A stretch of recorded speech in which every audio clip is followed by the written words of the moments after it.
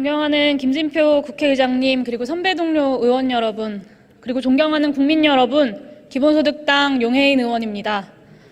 2023년 8월 24일 오늘 일본이 기어코 후쿠시마 핵오염수 방출을 강행했습니다.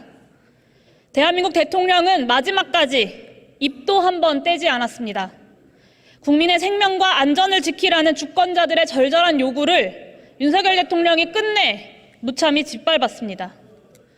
일본이 한미일 정상회담에서 사실상 한국과 미국으로부터 핵오염수 방출 승인을 얻었다고 판단하고 예상보다 이른 시점에 방출을 강행했다는 것은 이미 공공연한 사실입니다. 폭넓은 지역과 국가로부터 이해와 지지 표명이 이루어져 국제사회의 정확한 이해가 확실히 확산하고 있다고 생각한다. 한미일 정상회담 직후 기시다 후미오 일본 총리가 일본의 후쿠시마 핵 오염수 방출을 두고 답한 말입니다. 도대체 누가 그 이해와 지지를 표명했길래 일본 총리가 이토록 자신감 있게 말할 수 있었겠습니까? 그 옆에 서 있던 최인접국 대한민국 국가수반 윤석열 대통령 아닙니까?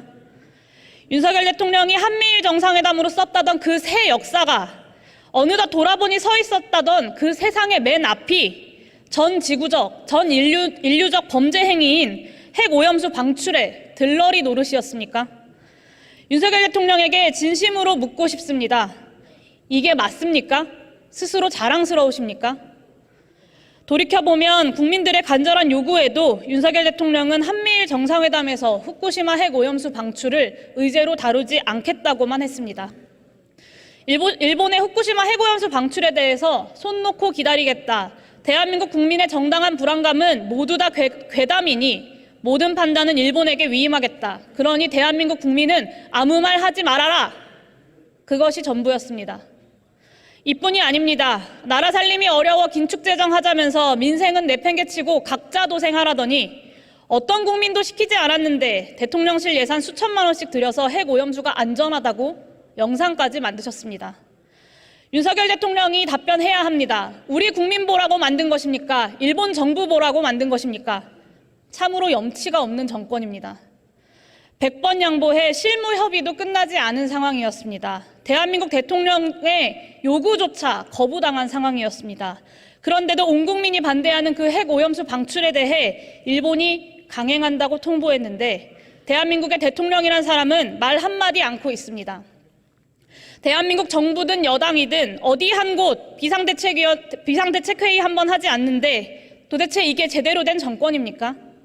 지지율 1%가 되더라도 할 일은 하겠다는 그 대통령의 소신이 그토록 입에 달고 사는 자유, 인권, 민주주의 국가가 바로 이런 모습입니까?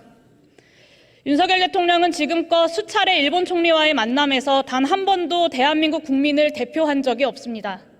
대한민국의 대통령이라면 마땅히 해야 할 일을 윤석열 대통령은 끝끝내 하지 않았습니다.